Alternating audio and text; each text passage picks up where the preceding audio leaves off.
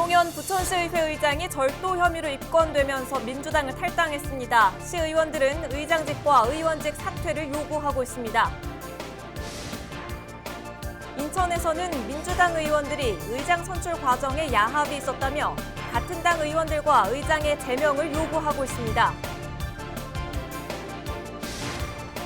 6.17 대책에 이어 7월 10일 주택시장 안정 보완 대책이 나왔는데요. 우리 지역에는 어떤 영향이 있을지 살펴보겠습니다. 올해 상반기 인천 지역 교통사고 사망자 수가 지난해 같은 기간과 비교해 40% 이상 감소한 것으로 조사됐습니다.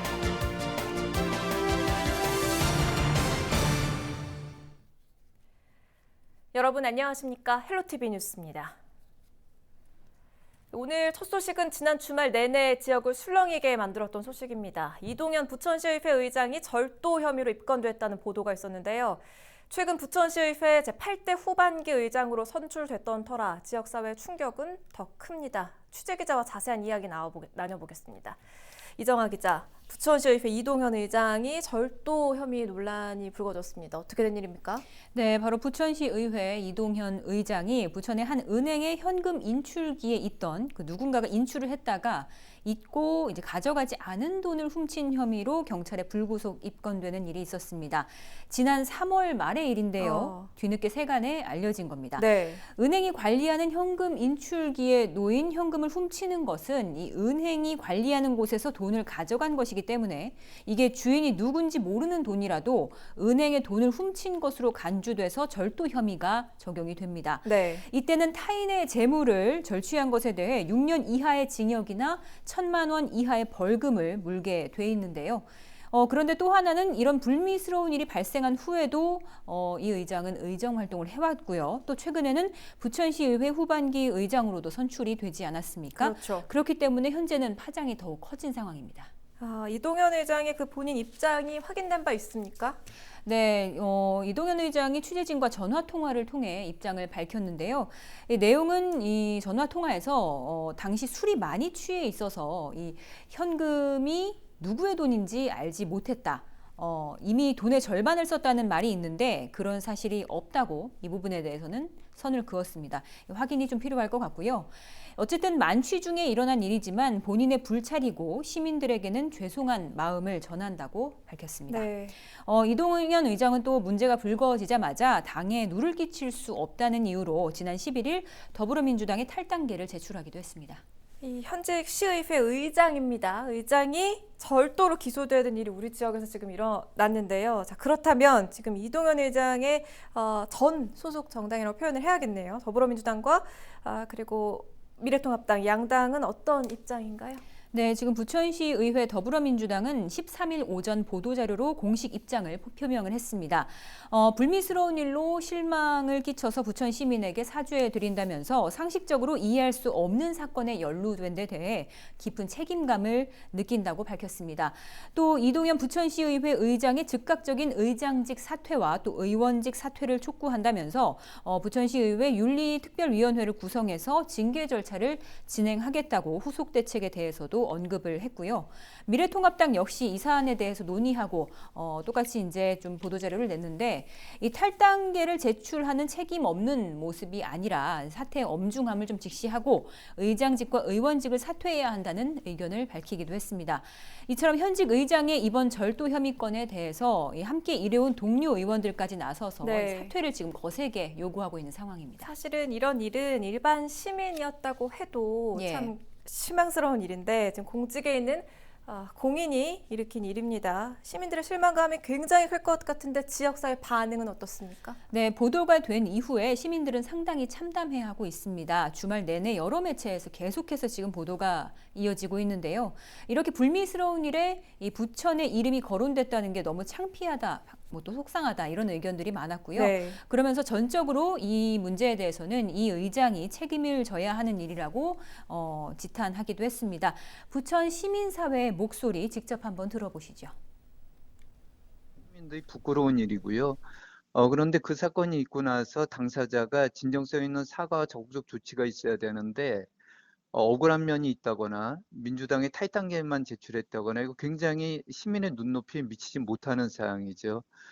최소한도 부천시의회 의장은 사퇴해야 되고 적극적 조치로 본인의 시의원 사퇴도 검토해야 된다고 저는 생각을 합니다.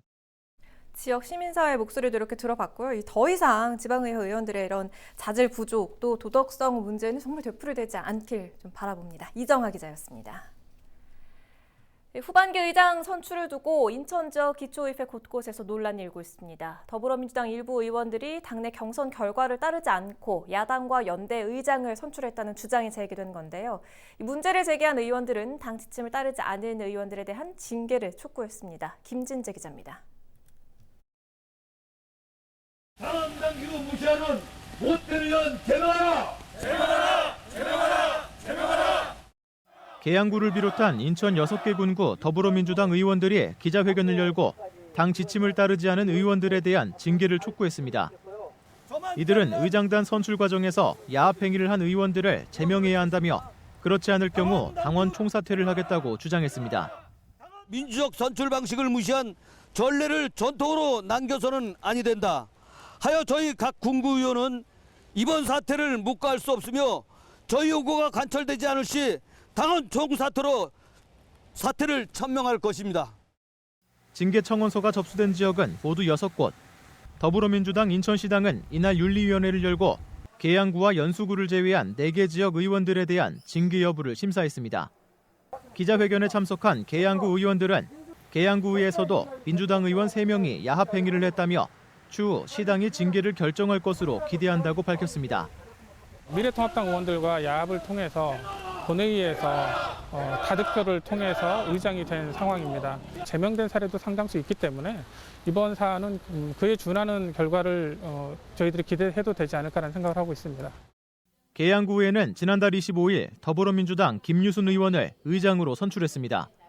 당시 김유순 의원은 전체 11표 중 더불어민주당 3표와 미래통합당 3표를 얻어 의장에 당선됐습니다. 김유순 의장은 취재진과의 통화에서 아직 윤리위원회 결과가 나오지 않았기 때문에 추후 결과에 따라 입장을 밝히겠다고 전했습니다. 더불어민주당 인천시당은 조만간 윤리위원회를 열고 계양구 의원 3명에 대한 징계 여부를 결정할 계획입니다. 헬로티비 뉴스 김진재입니다. 네, 이처럼 인천 지역 기초의회 의장 선출을 두고 민주당 의원들의 갈등이 이어지고 있는데요. 취재 기자와 자세한 이야기 나눠보겠습니다. 이재필 기자, 먼저 이 지역 시민사회는 이 의장 선출을 둘렀던 갈등은 어떻게 보고 있습니까? 네, 앞서 리포트에서 보셨던 것처럼 인천 지역 10개 기초의회 중에 6곳에서 지금 의장 선출을 두고 갈등을 빚고 있는 그런 상황인데요. 네. 인천 시민사회단체는 이번 갈등에 대해서 당연히 문제가 있다라고 이렇게 지적을 하고 있습니다. 의장이라는 감투를 얻기 위해 의원들 간 징계를 요구하는 등 갈등이 벌어지고 있다. 이렇게 지적을 했는데요. 이강호 인천평화복지연대 사무처장의 이야기를 직접 한번 들어보시죠. 주민들을 의식하지 않은 채 개인의 어떤 사리사욕에 대한 감투에 대한 욕심 이런 결과가 빚은 거 아닌가 이렇게 보고 있고, 일단은 저희 전에부터 시민사회단체에서는 기초의장 선거 관련돼서 교황식 선출 방식을 전면 개편해야 된다 이런 제기를 했었고, 이번 기회를 통해서 그런 목소리가 좀 나왔으면 좋겠다 생각이 들고요. 그러니까 현행 그 교황 선출 방식으로 치러지는 의장 선출 방식이 문제가 있다 이런 지적인 거예요? 네, 맞습니다. 그 상당수의 의회가 이제 후보 등록이나 정견 발표 없이 무기명으로 투표를 통해서 이제 의장과 부의장을 선출하고 있는 그런 상황인데요. 네. 이는 이제 교황 선출 방식과 같아요. 그렇기 때문에 이렇게 표현을 한 건데, 시민사회단체는 의장을 희망하는 의원이 직접 후보 등록을 하고 그리고 정견 발표를 한 이후에 그러니까 향후 이제 의회를 어떻게 이끌어 나가겠다. 아니 이런 정견 발표를 하고 이를 보고서 마음에 드는 의원들을 민주적으로 투표를 통해서 뽑아야 한다 이렇게 주장을 하고 있는 거예요. 네. 특히 다수당이 의장을 내부적으로 다수당의 경우에는 다수당에서 이제 의원총회를 열고 이제 그 내부적으로 어떤 의장을 누구를 할지 정하면은 이제 다수당 의원들이 만장일치로 내정된 의원을 본회의에서 밀어주는 이런 지금 현 상황이거든요. 네. 근데 이러지 말고 정견 발표를 듣고서 여당과 야당 모두 민주적으로 한 표를 행사하는 게 옳지 않느냐 이런 이야기를 하고 있는 건데요. 근데 물론 이 과정에서 야당에게 상임위원장 자리를 약속하는 등 야당에게 유리한 조건을 내거는 이제 후보들이 나올 수도 있거든요. 네. 이는 야합으로 볼 수도 있다라는 이런 주장이 제기될 수도 있는 그런 상황인데요. 정권 창출을 목표로 하는 정당 정치에서는 어찌 보면 참 쉽지 않은 그런 문제일 것 같습니다. 그렇군요. 그 좀 근본적으로 들여다봤을 때 의장이 이렇게 되고 싶어 하는 건 뭐 어떤 이유 때문인 걸까요? 먼저 의장이 되면 의회 내에서 막강한 권한을 주게 됩니다. 개의 선포 등 의사 과정에서 이제 지휘 권한을 갖게 되고요. 그리고 특히 이제 직권 상정을 통해서 상임위를 거치지 않고 안건을 본회의에 바로 상정을 할 수 있는 권한을 갖게 됩니다. 이뿐 아니라 간용 차량과 운전기사가 배치되고요. 그리고 의정 활동을 도와줄 비서진과 함께 지역마다 차이는 있지만 월 200만 원 중반의 그 업무 추진비도 받게 됩니다. 네. 그리고 가장 중요한 게 대외 활동 시에 구청장 수준의 의전을 받게 된다라는 건데요. 행사 등을 이제 방문을 할 때 의회 대표로 축사를 하게 되는 그런 상황이에요. 주민들에게 얼굴을 알리기가 참 좋죠. 특히 하반기 의장은 다음 지방선거 직전까지 의장으로 활동을 하면서 주민들과 이제 폭넓게 교류할 수 있는 이런 장점을 갖고 있거든요. 네. 때문에 다음 지방선거를 앞두고 이런 경쟁력을 갖추기 위해서 이런 의장을 향한 갈등이 불거진 것 아닌가 이렇게 추측을 해보고 있습니다. 잘 알겠습니다. 여기까지 듣죠. 이재필 기자였습니다.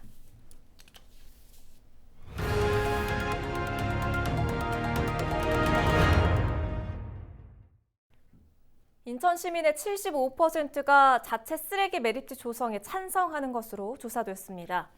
인천시 공론화 추진위원회는 시민 3,000명을 대상으로 시민 인식조사를 실시했는데요. 결과 응답자의 75.2%가 자체 매립지 조성에 찬성하는 것으로 조사됐습니다. 또 현재 사용 중인 소각시설의 현대화에 대해서는 72.2%가 찬성한다고 응답했는데요. 인천시 공론화 추진위원회는 이 조사 결과를 바탕으로 2주간 친환경 폐기물 관리 정책에 대한 시민 토론회를 열었습니다. 인천시 공론화 추진위원회는 시민 인식조사 결과와 시민 토론회 결과를 종합한 최종 결과 보고서를 인천시에 전달할 계획입니다. 올해 상반기 인천 지역 교통사고 사망자 수는 전년 같은 기간과 비교해 40% 이상이 감소한 것으로 조사됐습니다. 인천지방경찰청은 13일 2020년 상반기 교통사고 특성을 분석해 발표했는데요. 올해 상반기 교통사고 사망자 수는 40명으로 지난해 같은 기간 사망자 수 68명과 비교해 41.2%가 줄었습니다. 무단 횡단으로 인한 사망자는 전년과 비교해 무려 73.3%가 감소했는데요. 인천지방경찰청은 교통사고 다발 지역에 대한 시설 개선 등 인천 지역 사정에 맞는 대책을 추진한 결과라고 설명했습니다.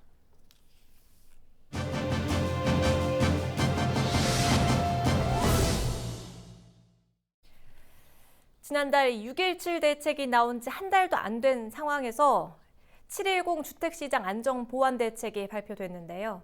관련된 이야기 유선영 리얼피에셋 이사와 나눠보겠습니다. 이사님 반갑습니다. 먼저 지난달 6.17 대책이 발표된 이후에 인천과 부천 또 김포 부동산 시장 흐름은 어떻게 흘러가고 있었는지부터 짚어주시지요. 네, 일단 뭐 6.17 대책 나온 직후에 바로 그 시장이 예측했던 대로 김포 같은 경우에는 비규제 지역이라는 이슈로 인해서 이제 인기 있는 아파트들 위주로 신고가가 계속 나왔던 상황이었었고요. 인천 같은 경우에도 사실 규제 지역으로 전 지역에 묶였지만 인기 있는 뭐 연수구라든지 남동구라든지 특히나 이제 서구 이렇게 좀 신축 아파트 분양이 많이 집중되어 있는 곳들은 제법 계속 좋은 상승 시세의 흐름을 보여주고 있습니다. 다만 지금 이제 인기 지역이 아닌 곳들, 예를 들어서 인천의 동구라든지 그동안에도 시세 흐름이 굉장히 미미했던 곳들은 이제 별다른 특별한 가격 하락이나 이런 조짐이 보이지 않고 그 유지 상태이고요. 이러한 모습들이 나오는 이유는 지금의 시장이 단순히 규제에 의해서 움직이는 시장이라기보다는 실수요자들이 주택을 필요로 하는 수요들로 인해서 가격이 움직이는 시장이다라는 것을 다시 한번 반증해주는 어떤 데이터라고 볼 수가 있겠고, 그래서 비규제 지역, 규제 지역 할 것 없이 지금 수도권 일대 그동안 규제로 다시 묶였던 지역들 모두가 지금 시세에 큰 어떤 보합세 없이 약간 강보합세로 움직이고 있는 것을 확인할 수가 있고요. 특정 지역들을 중심으로 한 신고가가 계속 나오고 있는 지역들도 있는 만큼 6.17 대책은 사실은 굉장히 대책의 실효성이 없었던 대책이다 이렇게 봐야 되겠죠. 자, 이번에 나온 7.10 부동산 대책, 일명 세금 인상 3종 세트 이렇게도 불리고 있는데 자세한 내용 좀 짚어볼까요? 네, 이번 대책의 어떤 핵심이라고 하면 7.10 대책의 핵심은 사실은 아주 심플하게 말씀드리면 고가주택 보유자들의 주택수를 제한을 시키고, 그리고 다주택자들은 주택을 조금 보유하지 못하도록 하는 것, 그리고 단기의 매매를 진행하고자 하는 단기 어떤 투자 수익을 목적으로 하는 이러한 투자들을 막고자 하는 것인데요. 그래서 이번에 세제의 어떤 규제 체육을 보면 일단은 살 때부터 취득세가 굉장히 심하게 강화가 됐습니다. 그래서 1주택 외에 2주택제부터 8%, 3주택제부터는 12%라는 높은 취득세율을 적용을 하게 됨으로 해서 주택수 자체를 늘리는 거에 대한 세부담을 굉장히 강화를 한 부분이 있고요. 또 보유할 때의 세금도 역시 강화가 돼서 종부세에 대한 부담이 굉장히 크게 인상이 됐기 때문에 특히나 고가주택일수록 고가주택을 여러 채 보유할수록 추후에 매겨지는 세금의 그 규모가 굉장히 커지기 때문에 고가주택을 갖고 계신 분들에게 굉장히 세부담이 증가될 것이라는 우려가 있고요. 마지막으로 양도시에도 굉장히 많은 양도에 대한 그 과세가 됩니다. 그래서 지금은 현재는 2주택의 경우에는 20%, 3주택의 경우에는 2주택의 경우에 10%, 3주택의 경우에 20% 증가가 되는데 이제는 20%, 30%로 10%씩 인상이 되고요. 무엇보다도 단기에 매도하시게 되면은 1년 내 매도 시 70%라는 굉장히 높은 중과세가 적용이 되다 보니까 그 매도와 그리고 보유 그리고 매수 모두에게 세금이 매겨지는 그런 상황이어서 굉장히 강력한 세금 규제책을 폈다 이렇게 말씀드릴 수가 있겠습니다. 네, 그 살펴본 대로 이번 710 대책이요. 보유세 또 양도세를 동시에 올리면서 다주택자들 경우에는 매물을 내놓지 않아서 결국에는 가격이 오를 거다 이런 전망도 나오고 있고요. 또 시기적으로 내년까지 퇴로를 열어준 만큼 하반기에는 또 내년 상반기까지는 매물이 쏟아질 수밖에 없다 이런 분석도 나오고 있는데 지금 이런 가운데 서울에 비해서는 우리 지역이 조금 공급량이 풍부하다고 볼 수가 있겠죠. 인천, 부천, 또 김포 지역의 흐름은 어떻게 전망하십니까? 네, 일단은 지금 시장이 왜 가격이 오르는지 우리가 봐야 되는 것이거든요. 그래서 지금 시장의 가격이 상승하는 부분은 넘치는 유동성과 그리고 부족한 주택으로 인한 부분입니다. 공급이 많이 되고 있지 않다는 것이죠. 그래서 지금 현재 이번 정부의 규제책은 어떻게 보면 투자 수요는 막는 데 분명한 효과를 거둘 것이라고 보이지만 실제로 집이 필요한 사람들에게는 여전히 이 가격을 올릴 수밖에 없는 환경들이 만들어질 것이라고 보입니다. 특히나 전세 가격은 여러 가지 지금 임대사업자에 대한 강화 등 또 그 임대차 3법이라든가 이런 지금 대기 중인 어떤 그 규제책들로 인해서 전세 가격이 계속 올라가고 공급에 대한 불균형으로 해서 전세가 올라가게 되면 실질적으로는 이 수요자들이 결국 매매로 갈아탈 가능성이 높습니다. 그래서 앞으로도 실수요자들을 중심으로 한 어떤 가격 상승은 계속해서 나올 것이라고 예상하고 있고요. 특히나 이제 인천 같은 경우에는 뭐 검단 신도시라든지 이런 것들이 이번에 그 규제책으로 인해서 지난 6.17 대책 때 대출 규제 등으로 인해서 굉장히 혼란스러운 상황이었는데 그런 것들은 일단 지나가게 됐지만 아무래도 나중에도 어떤 입지적인 가치가 있는 곳과 그렇지 않은 곳들은 조금 다르게 움직일 가능성은 있으나 전체적인 가격이 조정되기는 좀 어려울 것 같고요. 좀 당분간 향후 한 2년 정도까지는 이런 공급에 대한 과잉 공급이 나오기 전까지는 이러한 어떤 전체적인 시장의 상승이 좀 예측이 되는 상황이라고 할 수가 있겠습니다. 알겠습니다. 잘 들었습니다. 지금까지 유선영 리얼피에셋 이사와 이야기 나눠봤습니다. 날씨 정보입니다. 비가 내리면서 더위는 주춤하겠습니다. 화요일 오전 19도로 시작하겠고 한낮 기온 24도가 예상됩니다. 서울을 비롯한 수도권에는 10에서 50mm의 비가 더 내릴 것으로 보입니다. 화요일 오전에 대부분 비는 그치겠습니다. 주 후반으로 가면서 다시 30도 안팎의 무더운 날씨가 이어지겠는데요. 목요일 27도, 토요일에는 28도까지 기온이 치솟겠습니다. 전국 날씨입니다. 이번 장마는 남부 지역에 집중이 되면서 크고 작은 피해가 확인되고 있습니다. 화요일 오전까지 비가 이어질 것으로 보여서 추가적인 피해 없도록 주의를 하셔야겠는데요. 비가 내리면서 더위는 일시 주춤하겠지만 주 중반부터는 다시 30도 안팎의 날씨가 이어지겠습니다. 우리 지역 바다 날씨입니다. 해상도 오전까지는 비가 내리겠고요. 파고는 최고 2m로 일겠습니다. 날씨 정보였습니다. 이상으로 헬로티비 뉴스를 모두 마칩니다. 저희는 언제나 여러분 곁에 있겠습니다. 고맙습니다.